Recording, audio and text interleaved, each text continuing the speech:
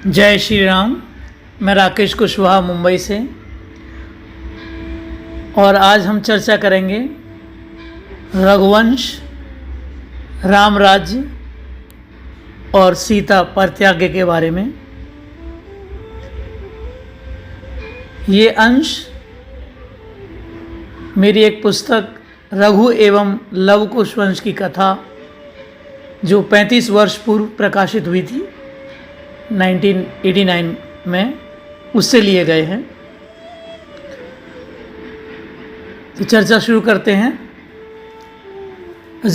राजा रघु के महायशस्वी अज, वैसे तो ये सूर्यवंश की वंशावली काफ़ी पहले से शुरू होती है, हम राजा रघु से ही शुरू करते हैं। राजा रघु के अज और अज के महाराज दशरथ थे। इनके इस नाम के मिलने का कारण यह कहा जाता है कि इनके रथ की पहुंच 10 दिशाओं में थी। ये राजा बड़े धर्मात्मा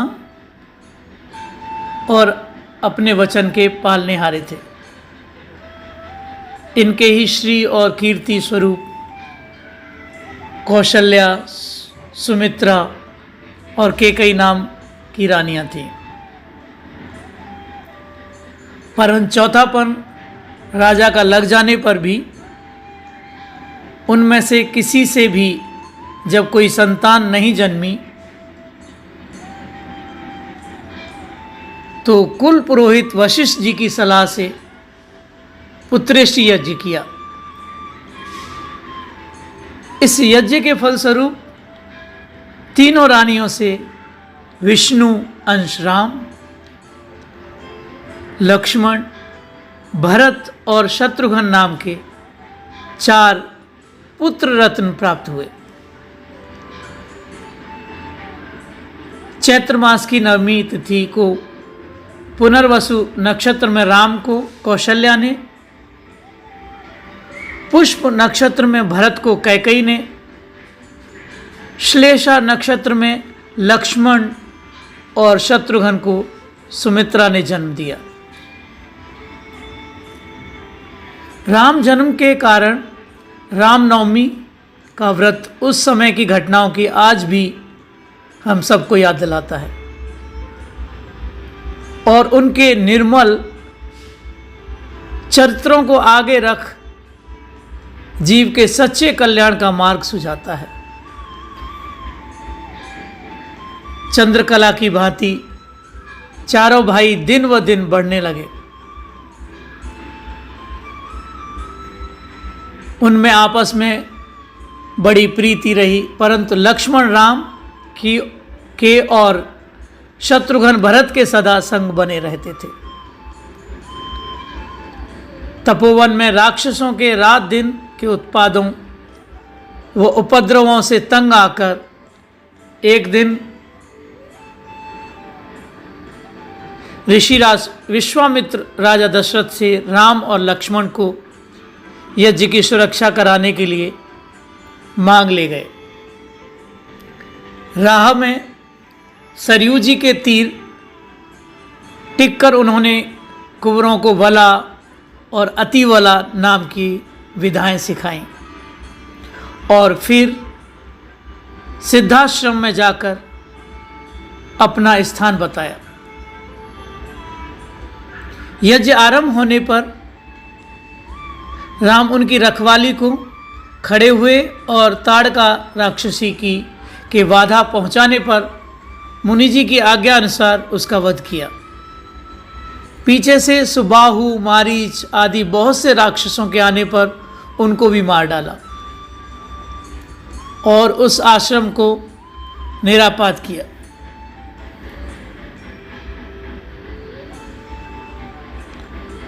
तब मुनि ने यज्ञ पूरा होने पर दोनों को आशीर्वाद दिया, शस्त्र अस्त्र अनेक प्रकार के दिए और उनमें चलाने व लौटा लेने की विद्या भी बताई।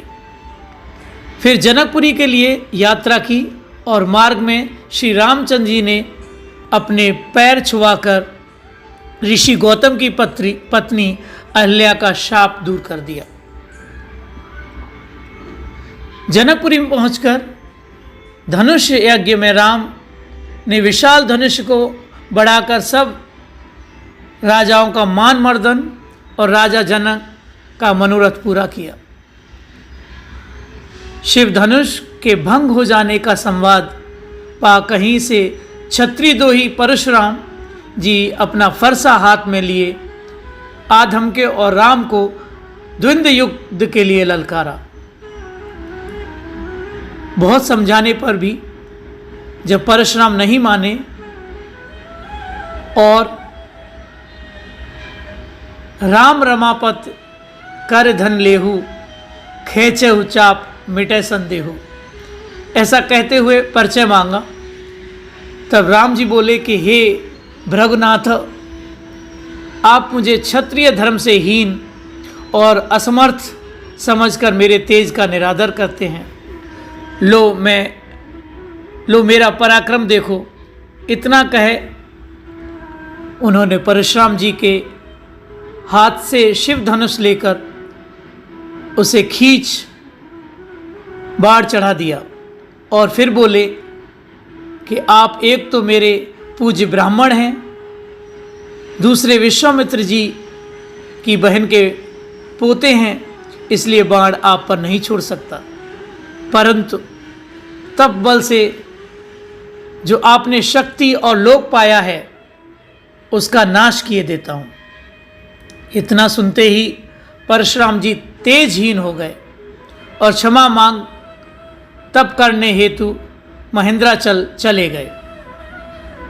पीछे महाराज दशरथ बारात सहित आए और कुल की रीति के अनुसार चारों पुत्रों का अर्थात जनक नंदिनी सीता के संग राम का, उर्मिला के संग लक्ष्मण का, राजा जनक के छोटे भाई कुशध्वज की पुत्री मांडवी के संग भरत का और श्रुतकीर्ति के संग शत्रुघ्न का विवाह हो जाने पर बहुओं सहित विदा होकर अपनी पुरी को वापस आए और घर घर मंगल बधाई होने लगे। वृद्धावस्था पहुंची जानकर राजा दशरथ ने सबकी सलाह से राम को युवराज पद लेना स्थिर किया। जब इस शुभ कार्य के लिए चारों ओर तैयारियां हो रही थी कि बांदी मंथरा को कुमत ने आ घेरा और उसने रानी केकई को सिखा पढ़ाकर महाराजा से अपने धरोहर के दो वरों के बदले भरत को राजगद्दी और राम को 14 वर्ष का वनवास मांगने को कहा। महलों में महाराज दशरथ के पधारने पर जब केकई ने ये दोनों वरों को मांगने को कहा तो वचन देकर बड़े संकट में पड़े, क्योंकि राम का वियोग नहीं रुचा और इधर वचन भी तोड़ना नहीं चाहते थे। केकई के बुलावा भेजने पर जब राम आए और सारा हाल जाना तो उन्होंने वन यात्रा की तैयारी कर दी। सीता जी भी संग चलने को हट करने लगी और लक्ष्मण जी भी भ्रात प्रेम से जाने को व्याकुल होने लगे और राम की आज्ञा पा माता सुमित्रा से विदा मांगने गए। सब दशा जान सुमित्रा जी ने धीरज के साथ लक्ष्मण जी को विदा दी। उसके उपरांत रामचंद्र जी सीता और लक्ष्मण जी दी। उसके बाद रामचंद्र जी सीता और लक्ष्मण सहित 14 वर्ष वनवास की अवधि पूरी कर रावण इत्यादि को मारकर अयोध्या पधारे और राज्य करने लगे, जिसका पूरा विवरण रामायण में दिया हुआ है। ऐसे राम राज्य की स्थापना कोरी बातों से नहीं हो गई थी। इसके लिए श्री रामचंद्र जी ने कोई उद्योग न उठा रखा था, परंतु भारी से भारी त्याग तक को स्वीकार किया। जिन सीता जी के कहने से उन्होंने कंचन माया मृग को मार गिराया, जिनके उद्धार के लिए उन्होंने सोने की लंका छोड़ी, सोने की लंका को तोड़ और उस भांति कनक कामिनी की दूसरी भी दुर्गम घाटी पार की, उन महारानी तक भी उन्होंने एक अमूलक अगवाद पर अपने कुल के यश को निर्मल बनाए रखने और प्रजा को संतुष्ट करने के लिए त्याग किया था। आज इस प्रकार अपने कुल की राज रखने वाले कितने वीर हैं। आइए अब चर्चा करते हैं सीता पर त्याग की। खैर, बात यह थी कि राम ने अपनी प्रजा का सच्चा सुख दुख का भेद जानने के लिए कुछ गुप्तचर नियुक्त कर रखे थे। अपनी अपनी विचकलें की घटनाओं को आकर राम से वर्णन करना इनका नित्य का कार्य था। ऐसे ही एक दूत ने एक दिन किसी धोबी और उसकी स्त्री के झगड़ा होने की बात जाकर राम को सुनाई।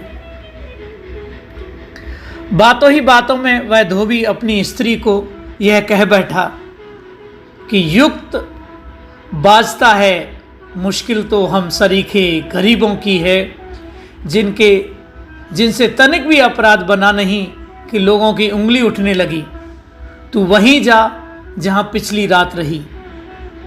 वही आने पर, वही संकेत रामचंद्र जी के लिए हो रहा है, वही आने पर बिना सोचे विचारे स्वीकार कर लिया। वही आने पर बिना सोचे विचारे स्वीकार कर लिया। धोबी के ये पिछले वाक्य राम को वज्र समान लगे। यह जानते हुए भी कि सीता जी निष्पाप हैं, उनको यह लोकापवाद नहीं सुहाया। इधर सीता जी को गर्भवती हुए कई मास बीत चुके थे और उनकी अभिलाषा वनवास काल के मुनियों का दर्शन करने जाने की हुई, जिसको पूरा करना राम ने उचित जाना। भरत जी को बुलवा भेजे गए और उनके आने पर राम ने कहा कि भाई भरत, आज जानकी जी के संबंध में एक धोबी ने बड़ी भारी बात कह डाली है। यह मैं जानता हूं कि वे निर्दोष हैं। इस बात की साक्षी अग्निदेव भी दे चुके हैं, परंतु फिर भी उनकी निंदा होती है। लोकापवाद यश का नाश कर देता है। मानधाता, सगर, अम्बरीश, भागीरथ, ऋतुपूर्ण तथा नल आदि सुंदर यश से ही प्रसिद्ध हैं। यश बिना जीवन निरर्थक है। राजा शिवी ने यश के लिए अपना शरीर का मांस विष्णु को दिया। दानीकरण ने कवच इंद्र को दिया। मेघवाहन ने प्राण गरुण को दिए। दधीच ने हार दिए। ऐसे ही मैं भी सीता का त्याग करूंगा। सूर्यदेव से उत्पन्न इस निर्मल रघुवंश की कीर्ति में आज मेरे कारण कलंक लगने वाला है। यह कुछ थोड़े अपयश की बात नहीं है। अब तुम ही बताओ कि मैं अपने त्याग कर जानकी जी की रक्षा करूं या उनका परित्याग कर वंश की कीर्ति की रक्षा करूं। भरत जी से राम के इस प्रश्न का कुछ उत्तर न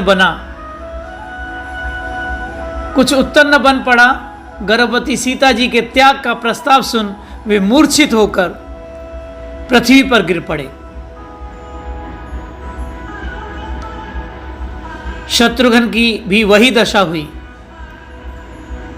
जब लक्ष्मण जी से वही प्रश्न किया गया तो कुछ काल तक वे किंकर्तव्य विमूढ़वत रहे। रामचंद्र जी ने उनसे फिर कहा कि हे सुमित्रा नंदन, क्या तुम भी अपने बड़े भाई का अपयश का भागी होते देखकर भी उसकी सहायता नहीं कर सकते? या तो अपनी भाभी को रथ में बिठाकर जल्दी वन में छोड़ आओ, नहीं तो इस खड़ग से मेरा सिर उतार कर सब दुखों से पिंड छुड़ा दो। लक्ष्मण जी से अब मना करते न बना। उन्होंने रथ जुटवाया और उस पर सीता जी को चढ़ाकर वन को रवाना हो गए। आगे गंगा तट आने पर रथ छोड़ दिया और सीता जी व लक्ष्मण जी की नाव द्वारा पार उतर पैदल ही वन में आगे बढ़े। बहुत दूर निकल जाने पर भी जब सीता जी को कहीं यज्ञ धूम और ऋषि मुनियों के आश्रम न दिख पड़े तो उन्होंने अपना संदेह प्रकट करते पूछा कि वे कहाँ जा रहे हैं लक्ष्मण। लक्ष्मण जी के रुधे कंठ से कहा, लक्ष्मण जी ने रुधे कंठ से कहा कि आश्रम तो दूर रह गए, लोकापवाद से महाराज रामचंद्र जी ने आपको त्यागा है। इतना सुनते ही सीता जी मूर्छित होकर गिर पड़ी, परंतु चैतन्यता लौटते पर बोली कि इसमें न तुम्हारा और न राघव का दोष है, तुम तुरंत अयोध्या लौट जाओ। गर्भ में मैं और लंका प्रवास में, गर्भ में और लंका प्रवास में जिसने रक्षा की है तो वही देव अब भी मेरी रक्षा करेगा। लक्ष्मण जी ने इतना कहा कि माता मैं परवश लौटा जाता हूँ, वन देवता आपकी रक्षा करें, और प्रदक्षिणा कर चल दिए।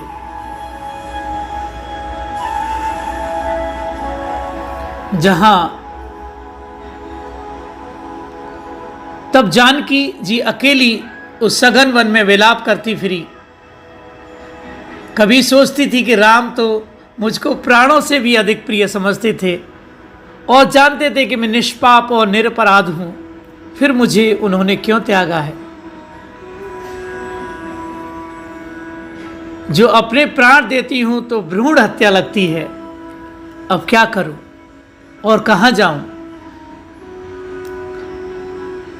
कुशों की पैनी नौकों से पांव चिरकर घायल हो जाने से उनसे चला भी नहीं जाता था।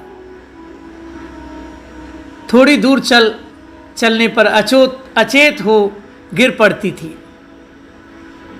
ऐसी ही मूर्छित दशा में उनको पाकर महर्षि वाल्मीकि जी सीता जी को अपना परिचय दे आश्रम में बुला लाए और उनके रहने के लिए एक कुटी बता दी, जहां वे वनवासियों के समान दिन बिताने लगी। ने अपने पटभूषण पहले ही गिरा दिए थे। चूड़ामणि हनुमान जी के हाथ राम को भेज दिया था। उनकी वेशभूषा इस वनवास काल में ऐसी रही। उसकी छाया अभी तक कितनी ही सौभाग्यवती माँ बहनों पर लग पड़ती है, जिनको न बनाव श्रृंगार में इतना प्रेम है, न हाव भाव की चाव है। वहीं आश्रम में दिन पूरे होने पर सावन मास की आधी रात के लगभग शुभ मुहूर्त में सीता जी ने सुंदर जुड़वा 2 बालक जने। बड़े का कुश और छोटे का नाम लव पड़ा। बड़े का कुश और छोटे का लव नाम रखा। वाल्मीकि जी ये यथा समय कुश और लव दोनों कुंवरों को यज्ञोपवीत संस्कार किया, उनको वेद वेदांत पढ़ाए, धनुर्विद्या शास्त्रार्थों को चलाना बताया, अपनी रची रामायण की ज्ञान विद्या के सहित सिखाई। इसके अलावा और भी छत्रोचित शिक्षा दी, परंतु उनको यह न कहा कि उनके पिता कौन थे और वे किस कुल में जन्मे थे। सीता जी ने भी यह बात उस समय बताने की जरूरत नहीं समझी। इस प्रकार दोनों भाई सब विद्याओं में संपन्न होते हुए भी अपने वंश के ज्ञान से कोरे रहे आए। यहाँ श्री रामचंद्र जी ने एक आदर्श पिता का भी धर्म निभाया, जो उनको विद्या शिक्षा के लिए महर्षि वाल्मीकि जी के पास छोड़ा। आज भी कितने लोग कोटा में जाते हैं, माता पिता को छोड़कर संघर्ष करते हैं और तैयारी करते हैं। खैर, आज कुलवंशी अनेक भाइयों के निज कुछ और मूल पुरुष संबंधी ज्ञान भी यही दशा है। परंतु लव और कुश दोनों को राम गाथा से प्रेम तो था, लेकिन आज उनकी संतानें रामायण से कहीं कुछ वंचित भी मिलती हैं। सीता जी को त्याग देने के पीछे रामचंद्र जी महाराज सदा उदास रहे आते थे। ऐसी दशा में उनको देख अगस्त्य मुनि ने अश्वमेघ यज्ञ करने की सलाह दी, जो सबके मन भाई और तदनुसार तैयारियां होने लगी। सीता जी के स्थान पर एक सोने की प्रतिमा बिठाकर यज्ञ का विधान हुआ। पीछे यज्ञ का घोड़ा छोड़ा गया। शत्रुघ्न उसके रक्षक और भरत जी के पुत्र पुष्कल पृष्ठ रक्षक बने। वह घोड़ा अनेक देशों में घूमता फिरता वाल्मीकि आश्रम में हरा भरा स्थान पाकर खड़ा हो गया। लव उसी समय मुनि की पूजा के लिए फूल लेने को गए हुए थे। उस सुंदर सजे हुए और कसे घोड़े को अकेला खड़ा देख वे पास गए और उसके माथे पर बंधे हुए जय पत्र को बांचा कि और उस पर लिखा था, एक वीरा कौशल्या के पुत्र राम ने यह घोड़ा छोड़ा है, बलि होवे सो इसको पकड़े। एक वीरा कौशल्या के पुत्र राम ने यह घोड़ा छोड़ा है, बलि होवे सो इसको पकड़े। फिर क्या, हमारी माता जी बांझ हैं, एक वीरा नहीं? इतनी कहते हुए घोड़े की गर्दन में दुपट्टा डालकर उसे पेड़ से बांध दिया। संग के ऋषि पुत्रों ने मना भी किया और भय बताया, परंतु उसका उत्तर लव ने यही दिया कि बांधकर जो पीछे भय से इस घोड़े को छोड़ दूं तो मैं सीता के पेट से पैदा हुए कीट के समान हूं। इससे मुझको मृत्यु भली है, परंतु लज्जित होना ठीक नहीं। तुम ब्राह्मण संतान हो, क्षत्रिय धर्म का मर्म क्या जानो। इतने में घोड़े को खोजते खोजते रक्षक सेना वहां आ पहुंची और पता लगाकर कि घोड़ा किसने बांधा है कहा सुनी होने के पीछे लव से युद्ध करने लगी। लव ने अपनी बाण वर्षा से चकित कर दिया। तब तो शत्रुघ्न उनका परिचय पूछने लगे। लव ने उत्तर में कहा कि मेरी माता और वंश का नाम जानकर क्या करोगे? घोड़े के माथे पर बंधे जयपत्र को पढ़कर ही मैंने उसे थाम लिया है। इस पर फिर युद्ध होने लगा। लव के छोड़े एक बाण से शत्रुघ्न मूर्छित हो गए, परंतु होश में आते ही क्रोध में भरकर उन्होंने बाण छोड़ा तो उसके लगते ही लव मूर्छित होकर गिर पड़े और शत्रुघ्न उन्हें रथ में डाल तथा घोड़े को छुड़ा आगे बढ़े। उस समय कुछ मुनि बालक लव के युद्ध को दूर से खड़े होकर देख रहे थे। उन्होंने जाकर सीता जी को लव के मूर्छित होने और शत्रुघ्न द्वारा रथ में डालकर ले जाने की बातें कही तो सुनते ही विकल होकर गिर पड़ी सीता। इतने में कुश बाहर से आए। उन्होंने जो सब घटना सुनी तो तुरंत ही लव को छुड़ाने चल दिए। इनके ललकारते ही सेना खड़ी हो गई। ठहरो! और उत्तर प्रत्युत्तर होने के बाद युद्ध छिड़ गया। इधर लव की मूर्छा टूटी और वे भी अपने बंधन छुड़ाकर कुश के साथ आन मिले। दोनों भाइयों ने घोर युद्ध किया और कुश के एक बाण की चोट खा शत्रुघ्न मूर्छित हो गए। इधर हनुमान जामवंत आदि भी बंदी बना लिए गए। तब कुछ सैनिकों ने लौटकर राम के पास पुकार की और दोनों बालकों के पराक्रम को बखाना। इस पर भरत और लक्ष्मण नई सेना सजाकर युद्ध स्थल पहुंचे। उधर लव और कुश भी आ डटे। पहले तो भरत जी ने दोनों को मुनि बालक समझकर बहुत कुछ समझाया और घोड़ा छोड़ देने को कहा, परंतु जब उनको मालूम हुआ कि ये दोनों भी क्षत्रिय बालक हैं तो युद्ध छेड़ दिया। कुछ काल तक दोनों ओर से खूब बाण वर्षा हुई। अंत में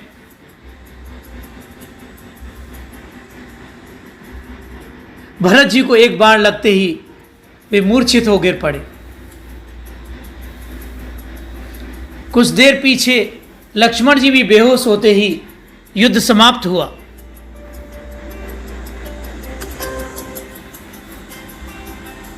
और दोनों कुमार विजय की खुशी में हनुमान व सुग्रीव आदि को बांधकर अपनी माता को दिखाने लाए।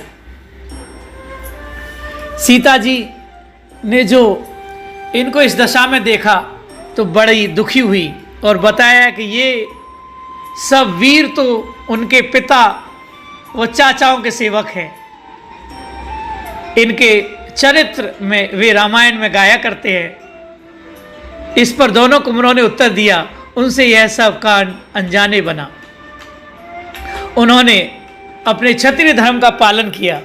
तुरंत ही हनुमान अंगद आज छोड़ दिए और जो सेना अचेत पड़ी थी उसको सीता जी ने अपने सतीत्व के बल से फिर खड़ा किया। इसके पीछे राम की सेना जय का डंका पीटती हुई अयोध्या जा पहुंची और शत्रुघ्न ने वाल्मीकि आश्रम की घटना रामचंद्र जी से वर्णन की। अश्वमेध यज्ञ महर्षि वाल्मीकि जी ने रामचंद्र जी ने उन दोनों बालकों की बात पूछी। उत्तर में मुनि ने सीता जी के त्यागे जाने के समय से लेकर दोनों बालकों के जन्मने पालने शिक्षा दी की सारी कथा सुनाई और कहा कि साध्वी सीता जी को दोनों पुत्रों के सहित ग्रहण कर रघुवंश का नाम उज्जवल करें, दुष्टों के बहकावे में आकर उनका तिरस्कार न करें। सती स्त्री का तिरस्कार करना ज्ञानी पुरुषों के लिए किसी प्रकार उचित नहीं। इस पर लक्ष्मण जी राम जी की आज्ञा से रथ लेकर आश्रम में पहुँचे और सीता जी की चरण वंदना कर अपने अपराधों की क्षमा मांगते हुए उनको राम का संदेश सुनाया। सीता जी ने उत्तर दिया कि मैं रामचंद्र जी की विवाहिता पत्नी हूँ, कीर्तिवश नहीं। यद्यपि उन्होंने मुझे त्याग दिया है, मैंने क्षण भर भी अपने हृदय से उनको विसारा नहीं। ये दोनों पुत्र उनके तेज से उत्पन्न हैं और उनका पराक्रम आपका जाना हुआ है। आप इनको ही ले जावें, मैं यहीं उनका ध्यान करती रहूँगी। फिर कुछ सोचकर अनसुईया जो कि कही सीख को याद कर वे चलने को तैयार हो गए। तब लक्ष्मण जी ने सीता जी और दोनों लवकुश कुंवरों के संग अयोध्या में प्रवेश किया। जिस समय लक्ष्मण जी कुश, लव और सीता जी के सहित पहुंचे तो सभा के छोटे बड़े सभी लोगों ने सीता जी के प्रति सम्मान प्रकट किया, परंतु कोई दुष्मति बैठे ही रहे। यह ढंग तोड़कर महर्षि वाल्मीकि जी ने सीता को लोगों का उनके चरित्र में संदेह दूर करने के लिए कुछ परिचय देने को कहा। उनके वचन पालना करने के निमित्त जानकी जी आचमन कर धरती माता से हाथ जोड़कर बोली कि हे भगवती, मैंने तो मन में श्री राम को छोड़कर कभी किसी दूसरे पुरुष का चिंतन नहीं किया। मन से, वचन से और कर्म से उनको ही भजा, तो अब मुझे अपनी गोद में ठौर दो। इतना मुख से निकलते ही सभा स्थल से धरती फटी और उसमें से एक दिव्य ज्योति के रूप में वसुंधरा देवी जी ने दर्शन दिए। वो प्रकट हुई, सीता को गोद में उठा लिया और उस फटे स्थान में दोनों समा गई। इस कांड से जब सबका संदेह दूर हुआ सबका संदेह दूर हो गया, परंतु राम और लवकुश जी सीता जी के वियोग में आ गए। जिस पृथ्वी की कोख से वे राजा जनक के हल जोतने पर निकली थीं, उसी में ही दोनों कुलों का सदा के लिए नाम उज्जवल कर समा गई। हमारे बहुत से भाई भी हल जोतते और धरती माता की आराधना करते हैं, परंतु सीता जी के दर्शन किसी ने पाए क्या? केवल हाथ की रेखाओं को सीता जी की लटों का चिन्ह बन जाने की कल्पना कर आज हमारे ज्ञान भंडार में रह गई है। जिस रामायण का गान कुश और लव दोनों को इतना प्यारा था, उनकी संतान में से कितने को अपने पूर्वजों की चरित्र गाथा के प्रति वैसा अनुराग है, ये मैं कुशवंशी लोगों से हमेशा कहता रहता हूँ। किसी प्रकार यज्ञ पूरा हुआ, परंतु इस घटना के बाद रामचंद्र जी राज्य कार्यों से उदास हो गए और कौशल देश के 2 विभाग कर पूर्व के शासन का भार कुश को और उत्तर लव को सौंपा। अपनी आंखों से दोनों पुत्रों द्वारा प्रजा रंजन होते देख उनको बड़ा संतोष हुआ और उसके पीछे महाप्रस्थान की तैयारी हुई। चारों भाइयों ने सब माताओं के सहित सरयू जी में स्नान किए और वहीं सब ने प्राण त्याग दिए। यद्यपि आज वे हम सबकी आंखों से ओझल है, फिर भी उनके अनन्य भक्त उनके चरित्र स्मरण कर दर्शन का लाभ पाते हैं।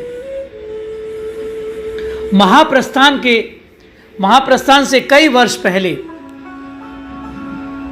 महाराज रामचंद्र जी ने तपस्वियों के कष्ट निवारणार्थ शत्रुघ्न जी का अभिषेक कर उनको लवणासुर के वध के लिए मधुपुरी भेजा।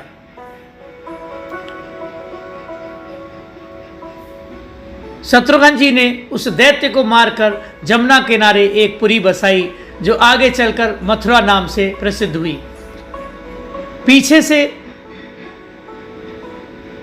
यह नगरी उनके बड़े पुत्र सुबाहु को विदिशा मिली, जिसे भेलसा कहा गया और ग्वालियर में बताया जाता है। छोटे पुत्र शत्रुघ्नी श्रुतसेन सूरसेन को मिली। भरत जी सिंध किनारे के गंधर्वों को मारने भेजे गए, जिस कार्य को पूरा कर उन्होंने 2 नगर बसाए, जो उनके पुत्र तक्ष और पुष्कल के नाम पर तक्षशिला और पुष्पकलावत पुष्कर क्षेत्र कहाए, और अभिषेक में उन दोनों को दे दिए गए। तक्षशिला के स्थान पर आजकल शाहगेरी बसा हुआ है, जो रावलपिंडी और अटल के बीच में है। लक्ष्मण जी के पुत्र अंगद और चंद्रकेतु के लिए भी इसी प्रकार कारुपत देश में अंगदपुरी और मल्लभूमि में चंद्रावती चंद्रकांतपुरी उनके नाम पर बसा हुआ राज तिलक कर दिया गया, जिसके पीछे राम ने कौशल राज्य के 2 विभाग कर पूर्व कौशल का राज्य कुश को और उत्तर कौशल का लव को सौंपा। कुश के लिए उनके नाम पर विनय पर्वत के किनारे कुशावती और लव के लिए शरावती नगरी बसाई गई और इनके लिए उनका अभिषेक कर दिया गया। लव ने श्रावस्ती में राजधानी स्थापित कर लवकोट नगर अपने नाम पर आबाद किया, जो लाहौर या उसके निकट बताया जाता है। रामचंद्र जी के पीछे सब भाइयों ने सारा राज्य बड़े भाई कुश को सौंप दिया। इस प्रकार कुश सारे साम्राज्य के शासक होकर कुशावती में रहे प्रजा का पालन करने लगे। एक रात स्वप्न में राज्य लक्ष्मी द्वारा आदेश पाकर उन्होंने सेना आदि के अयोध्या जी में प्रवेश किया और वहां अपने पैतृक सिंहासन पर आरूढ़ होकर राजकाज चलाने लगे। उनका विवाह नागों के राजा कुमुद की पुत्री कुमुदवती के संग हुआ, जिससे जिनके अतिथि नाम के पुत्र उत्पन्न हुए। इन्हीं कुश महाराज के वंशज कुशवाहा कछवाहा या कुशवाहा नाम से प्रसिद्ध है। कितने ही ग्रंथकारों का मत है कि इन महाराज के समय से ही द्वापर युग आरंभ हुआ। लव के वंशजों में बड़गूजर प्रसिद्ध हैं। शिवनाथ भास्कर में लिखा है कि सूर्यवंशी भरत के वंशज होने का दावा रखते हैं और प्राचीन काल में श्रीनगर गढ़वाल के राजा थे, ऐसा कहते हैं। बस्ती जिले के सूर्यवंशी 15वीं शताब्दी के बीच में लालजी सिंह के नेतृत्व में कुमाऊं से आना बताते हैं इत्यादि। सूर्यवंशियों की एक छोटी शाखा पश्चिमी भारत के कुंत नाम के स्थान में राज करती रही। इसके हर्षक नाम के एक राजकुमार ने आनर्त देश में, जिसे कच्छ बोलते हैं, राज्य स्थापित किया। धन्यवाद। जय श्री राम। कुशवंशी कुशवाहा वंशावली के लिए बहुत सारी पुस्तक उपलब्ध हैं, आप पढ़ सकते हैं। जय श्री राम।